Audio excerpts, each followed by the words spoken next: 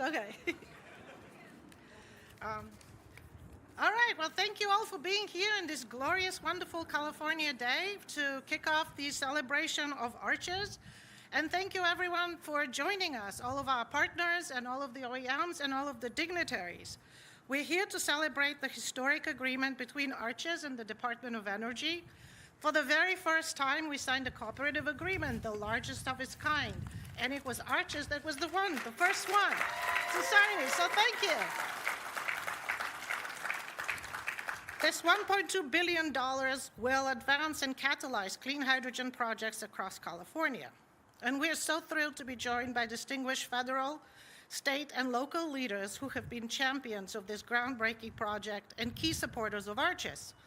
First and foremost, Senator Padilla, thank you so much for your support and for your staff, who literally called DOE daily on our behalf to make sure that California was actually noticed and assessed appropriately to be able to win this hub. Governor Newsom, without you and your support, and I was just told by the DOE at our interview in person, when you showed up and said, California dominates in technology, and California dominates in clean tech, and we're the 6th largest economy with the most renewables, and guess what? You guys need us more than we need you because we'll make hydrogen happen. You did. It was a mic drop moment. So thank you so much. And of course, the state of California is a leader in renewables, the 6th largest economy that actually has reached 100% renewables on the grid. And we've proven to the world that we can do it in a reliable, resilient, and cost-effective way. And hydrogen will allow us to take that renewable energy, literally make sunshine in a bottle, and have a carbon-free fuel that can decarbonize all other technologies and all other industries like shipping, aviation, agriculture, heavy industries, cement and steel that we couldn't do otherwise. So this is, of course, a team effort with all of our agencies in California. So I want to recognize Wade Crawford, California Natural Resources Agency Secretary, whose support has been phenomenal. Yana Garcia, Cal EPA Secretary. Leanne Randolph, CAR board member and chair. Thank you so much, Leanne. Especially for the funding that you gave Arches as well. Patty Monahan, CEC Commissioner, who has been phenomenal in making sure that we can decarbonize transportation. Alice Reynolds, President of the California Public Utilities Commission, that makes sure we have 100% renewable energy and that we can actually move forward with hydrogen as well. And of course, D.D. Myers, Senior Advisor to Governor Newsom, and a board member with Arches, who has been supportive incredibly of everything that we've been doing right from the beginning.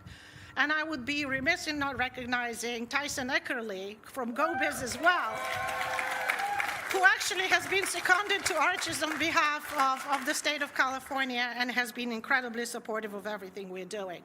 The other members, I mean, as you all know, Arches is a unique membership. Our partners and founding partners are all of the UCs of California. So all the UCs together under the Office of the President, for the very first time as a united front, one of the largest research institutions in the world joined this consortium, which is phenomenal. So we're grateful to President Drake and the whole UC system, and Jake Brower from UC Irvine and the supporters for hydrogen. Thank you so much.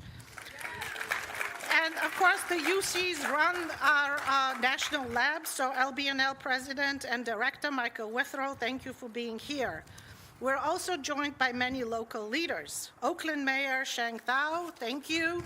Council Member Joan Bouters, Transportation Commissioner, Council Member, and Council Member of Oakland, Rebecca Copeland, whose tireless efforts on hydrogen are well-deserved and recognized. Thank you for being here. And of course, our Arches board members are here as well. The other unique membership and partner in Arches is labor. Labor stepped up from the very beginning when we started talking about a statewide hub of creating a hydrogen ecosystem and marketplace and said, we're here, we're for you, and we'll join. And so Chris Hannon, who's the president of the California Building Trades, one of the largest unions in the nation, thank you for your support. Thank you for being here, Chris. And I'll have to point out that as part of our public benefits and community benefits, Arches was the first one to commit to a PLA, a project labor agreement for every Arches project. And so some of the projects that had never had a PLA until now and a part of Arches have been signing PLAs. So thank you for your support, and thank you, Secretary Crane, for advancing that mission as well, because community benefits is extremely important to the DOE, and we have a program that will result in over 200,000 new jobs in California created by Arches, as well as a reduction in cost of $2.96 billion on an annual basis year after year. So this hub will pay for itself in making sure that we have healthcare savings for our communities. So today's launch marks this transformative moment for California's clean energy revolution. We are proud to have over 400 founding partners, including labor, non-government organization, industries, all levels of government, local communities across the state as well. Together, we're building out a sustainable marketplace and ecosystem for hydrogen in California. This will allow us to reach our environmental goals faster while ensuring the reliability, resiliency, and independence of our energy system. As witnessed here today, hydrogen is not just an innovative idea. It is a viable, transformative component of meeting our state's climate goals for a cleaner, greener California today. You only need to look around the hydrogen-powered ferry buses and this incredible fueling station to see the practical implementation of this technology that will propel California forward. The application of hydrogen doesn't stop here. Soon we will see the benefits of hydrogen in agriculture, aviation, shipping, heavy industries that are necessary to decarbonize the whole economy. Most importantly, Arches will prioritize projects that directly result in green American jobs, cleaner air for impacted communities, and ensure economic opportunity for all. We're excited and honored to lead California's hydrogen journey, driving innovative projects that will establish a thriving clean hydrogen hub and create lasting economic and environmental benefits for all Californians. We were hoping to be joined by Secretary Granholm today, and she made a valiant effort to come, actually being stranded at the airport in Washington, D.C. for 10 hours with Undersecretary Crane, who was willing to give her his seat, but she was traveling with security and couldn't only get on one seat. So she sends her regards, and she wishes she was here with us. But we do have Undersecretary Crane, who has been an incredible leader from the very beginning. I remember when the announcement of the winning hubs was made in Philadelphia, it was also done at the ports by President Biden. And we were looking at the cranes and we were looking at all the equipment saying, boy, it sure would be nice to have some hydrogen equipment around us to actually showcase. That's why we're so happy to have this opportunity to bring up Undersecretary Crane, who actually holds the distinct title of being the third undersecretary. There have always been two undersecretaries. Now we have a third one for infrastructure to make sure that the infrastructure plan, which funds the hydrogen hubs, is implemented. He's been a great supporter and a champion for renewables and for hydrogen, and a great friend to Arches as well. So welcome, Undersecretary David Crane. We're happy to have you. I'm going to come here.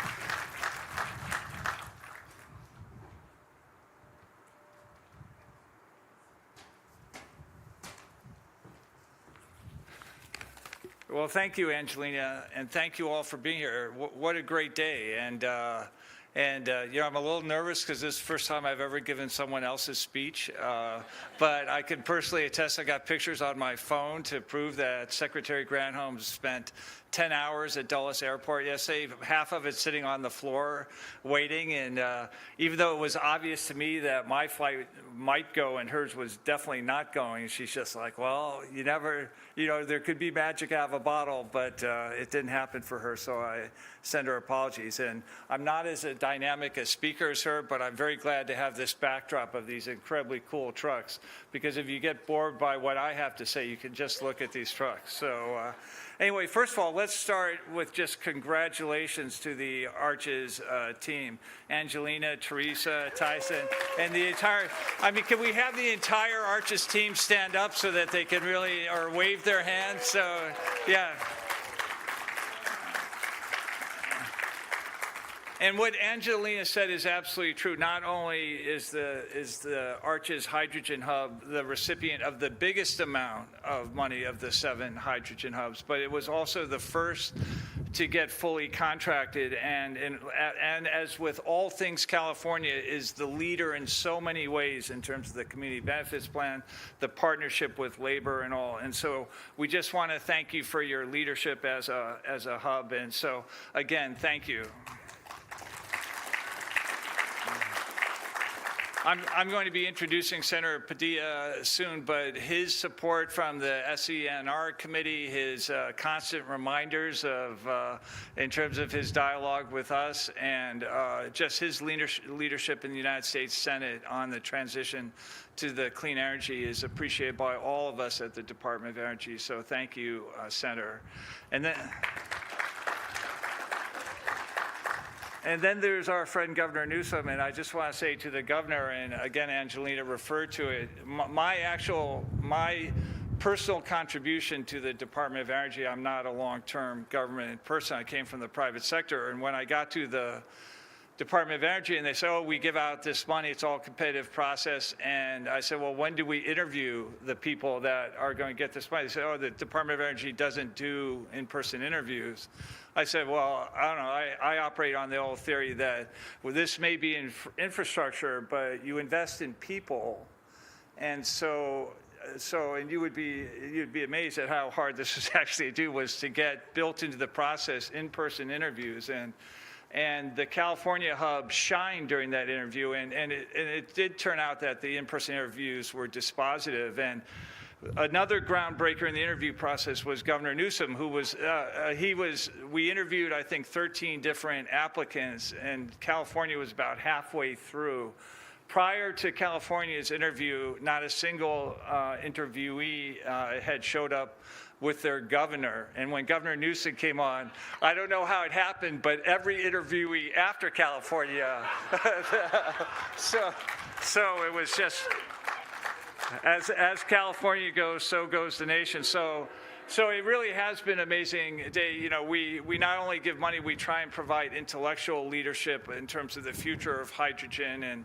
And hydrogen is the Swiss Army knife of energy sources, and that's critically important. But at least in this country, the best, most durable use of hydrogen is for heavy-duty transportation. And to have a day like today where we're surrounded by these trucks, we go on the first hydrogen ferry in the history of mankind, it's just a thrill for all of us in the Department of Energy, in the hydrogen space, that the downstream application of hydrogen into transportation is going to happen, and it's going to happen here first. And again, where California goes, the rest of the country will follow, and then, of course, the rest of the world. So at the Department of Energy, just quickly, I mean, we have a holistic approach to hydrogen. There's basically 5 things that we're doing to promote hydrogen. First is basic R&D, which through the 17 national labs, you know, at least a few of which are here in California, we do on hydrogen, continue to do, have been doing for decades. We are, you know, that's a big fundamental part of the DOE's contribution. Second, they're the hydrogen hubs for production and what we call the connective tissues, storage and transportation, whether it's through trucks or pipelines.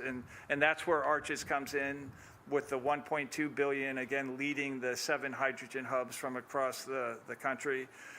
Third, we're trying to help with the hydrogen supply chain to help support, as we all know, it's a complex value chain, and it needs to be stood up along the way, and we've got various programs trying to do that. Fourth, there's the tax credits, which are very important because any new energy fuel is going to be more expensive at the beginning than a fuel that's been established for hundreds of years. So we're trying to help with that, and that will stimulate demand. And then finally, we're going to be working particularly on the fueling, and so that's why I'm very pleased to announce, on top of the $1.2 billion for the hydrogen hubs, the DOE is announcing today $62 million more of projects that are going to accelerate hydrogen R&D. and take down the barriers to deployment. And these are 20 projects across 15 states. And you'll be very pleased to know that one of those projects is right here at the Oakland seaport. So let's so congratulations for that. And by the way, specifically on that, I have multiple colleagues here from the Department of Energy, but I want everyone to recognize the person, our partner, particularly on the R&D side, because I'm more the commercial deployment. So, Sunita, will you raise your hand? Because if you don't know, wave, Sunita. Yes. And then finally, I did want to mention again, as Angelina did, first of all, the jobs. When we were hurtling towards an announcement of the 7 hubs, one of the things that one does when they're in government is say, okay, how many jobs is this going to create? And when the California hub said this is going to be over 200,000 jobs, that caused tremendous consternation to the DOE because that was a dramatically bigger number than any of the others. And we didn't want, I mean, we don't exaggerate in our administration. We actually tell things. So we made them go back and say, we made them answer the difficult question, really? And they did. And the partnership that you have out here with labor and Chris Hannon, I don't know where Chris is. Chris, back in the back, the fantastic partner, and we're keenly aware at the DOE that all these things that we're funding, that some skilled workers have to build them, and again, I thank California for your leadership. I would tell you, I've spent the better part of the last 2 weeks calling companies involved in hydrogen hubs in other parts of the country, encouraging them to make more of a commitment to work with skilled labor. And I constantly say, well, why can't you just do what California is doing? So it really annoys them when I say that. So, but anyway, but as the community benefits is obviously there is the focus on labor but also commitments to local communities that are going to host the energy infrastructure of the future. And there's one group, and I don't want to get to pronounce it, the Rincon Band of Los Sello Indians in the San Diego area, where they're going to demonstrate hydrogen for backup power supplies. So it's fantastic that you have projects like that in your program. And so just thank you all. This is, as an old person, I'll tell you, you sometimes don't recognize when you're at a pivotal moment in history, at an inflection point. In the world of energy, this is a pivotal moment. Hydrogen can be one of the pillars of the 21st century economy. And I tend to tell people, again, at the end of my career, that if you work hard and you're smart, and that life can be pretty linear. You'll make more money, you'll get more responsibility, you get bigger titles. But what's not linear, I've found in life, is impact. And sometimes you just have to be at the right place at the right time. And then you have to have the vision, the audacity, the courage to act upon that. And I think everyone here is doing that when it comes to making the hydrogen economy. So thank you all very much for that. And without further ado, I'd like to introduce the senior senator from the state of California, Senator Padilla. Padilla.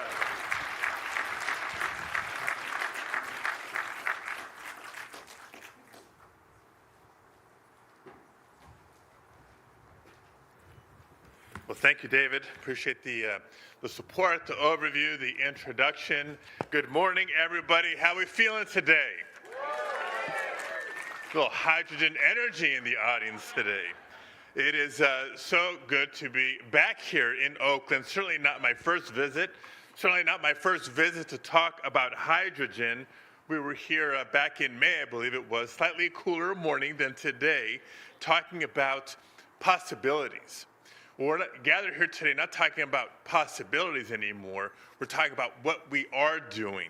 And it's great, even though we miss Secretary Granholm, she so wanted to be here. I know we hear that from officials in absentia all the time. But it says something about a cabinet member who will call me just shy of midnight after waiting 10 hours at the airport, from the airport, saying, I really want to try to get there. I'm really trying to get there. I'm so bummed I'm not going to be there. I said, what we ought to do is hang up and call Secretary Buttigieg and see if there's something he can do about the situation. But David Crane is here, definitely representing the department. Well, thank you for making the trip and for being here today. Pleased to be here with my friend, Governor Newsom, who you'll hear from in a minute. The whole Arches team, Angelina, your whole team, and all the state and local leaders, advocates who have helped get us to today, including representation from organized labor. So glad they're getting their proper due, because what we take for granted here in California in terms of not just policy leadership when it comes to labor, but the role that they play in problem solving is a model for the rest of the nation to follow. Now, I'm going to remind us all about a little bit of history, because today, and Governor, you can tell your legislative affairs folks this, today is the anniversary of the California State Senate passing what was at the time referred to as AB 32, the Global Warming Solutions Act, in the year 2006, later signed by Governor Schwarzenegger. But while it seems like so long ago now, just another example of California's long-standing, ambitious leadership and innovation when it comes to energy solutions to combat the climate crisis. And so this is an important date here in California history, and we're leading up to our tradition here. But for all we've done in California and as a nation, when it comes to renewable hydrogen, we haven't had the large-scale funding or the cohesive planning that we've needed to meet the scale of the challenge. But because of the advocacy of so many of you here today, we're here to celebrate over $1 billion coming to establish the Arches Hydrogen Hub here and throughout the state of California.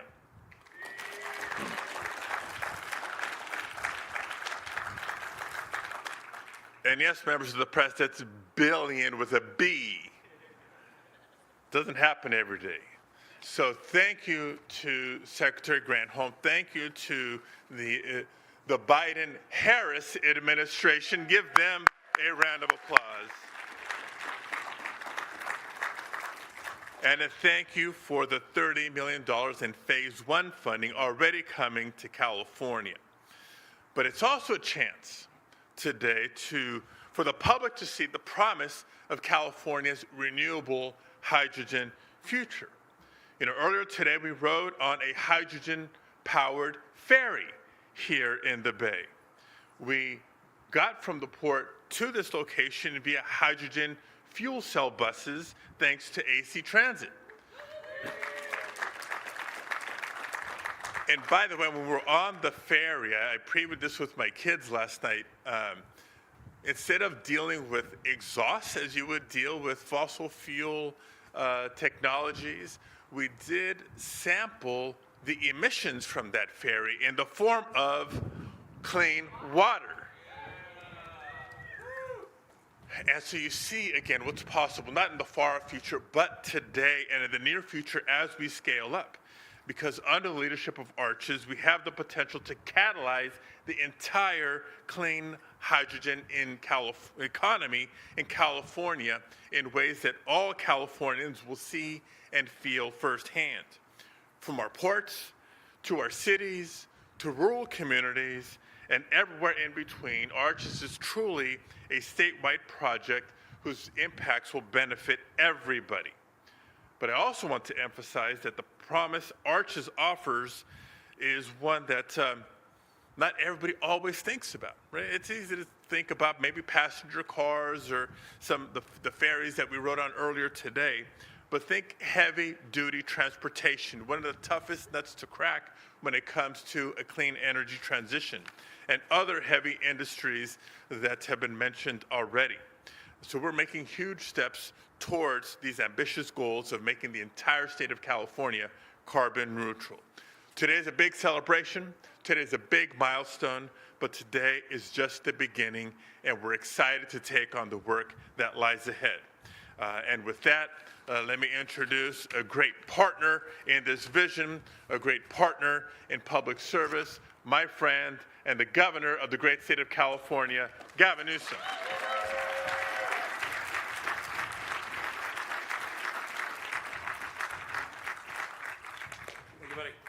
Thank you. I'll take off my Joe Bidens. Good to be back here in Oakland with all of you. Thank you, Senator Padilla, for being so catalytic in making this happen. We wouldn't be here without you. I want to thank all of our partners. It is an extraordinary thing. There's an old African proverb, some of you heard me say, says if you want to go fast, go alone, but if you want to go far, go together.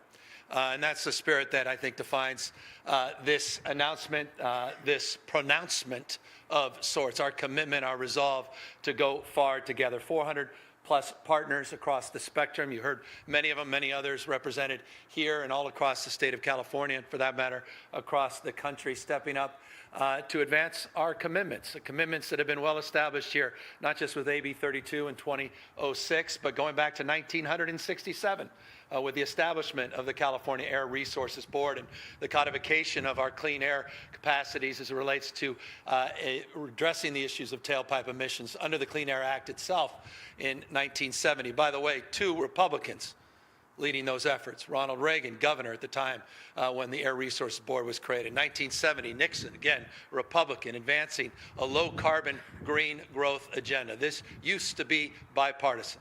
It was about common sense, clean air, clean water.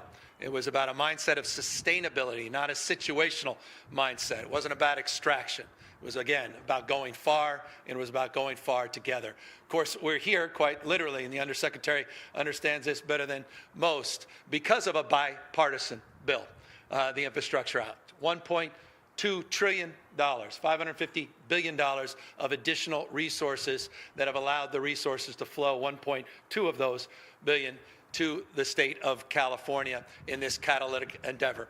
But this catalytic endeavor is all about leverage, not just leveraging the 400 folks that are represented in this partnership, but the $12.6 billion that they will draw down to advance this effort that make real Undersecretary Crane's stress test of 200,000+ jobs that will be created because of these partnerships. So I'm here proud on behalf of a great state. I'm proud to be here with so many great partners, particularly on my team. I would be remiss if I didn't recognize Dee Dee Myers and all her good work at GoBiz and her commitment to this effort and resolve. Dr. Drake, President Drake, reminded me he's the OG of hydrogen. He said back 20+ years ago when a guy named Arnold Schwarzenegger was talking about the hydrogen highway, he actually took that literally and got his first hydrogen car. We're now making it more visible and real 20+ years later, but we thank you for the partnerships at UC, which are so important, and those partnerships that David was talking about as it relates to the R&D and the commitments we're making here at Sandia Labs, Lawrence Livermore Labs in particular, as it relates to pushing out the boundaries of discovery and physics and science and all those things we hold dear, not ideology, facts, evidence, hold dear here in the great state of California. Final point, and it's an important point. I see President Biden's name up here. I appreciate Senator Padilla making the point about Oakland's own Vice President Harris, that we're determinative in terms of advancing this. But I mean this, I couldn't be more proud. Just in the last 3.5 years, this country's created 14.9 million jobs, which is just an amazing statistic. And if you think that's not amazing, just consider this fact. That's 11 times more than the last 3 Republican administrations combined. That's the job creation in this country in just the last 3.5 years. Why do I make that point? It's to make the point that Angelina was making in the beginning. We're not the 6th largest economy, Angelina. We are the 5th largest economy in the world.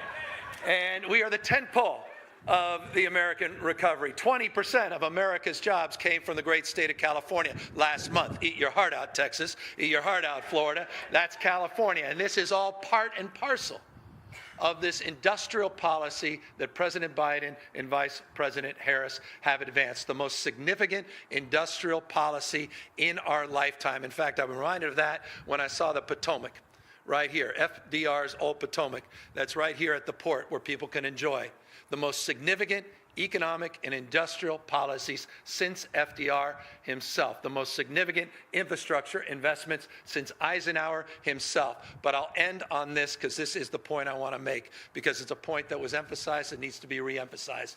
It's not just about growth, it's about inclusion. And I think the most significant and consequential partners, and David was making this point, are partnerships with the Building and Construction Trades Union, with Chris Hannon and his teams. It's an industrial policy that's worker-centered, growth and inclusion. And those are the values we hold dear in California. Those are the values that encapsulate what makes Arches so special, and those are the values of the Biden-Harris administration. Thank you all for being out here today.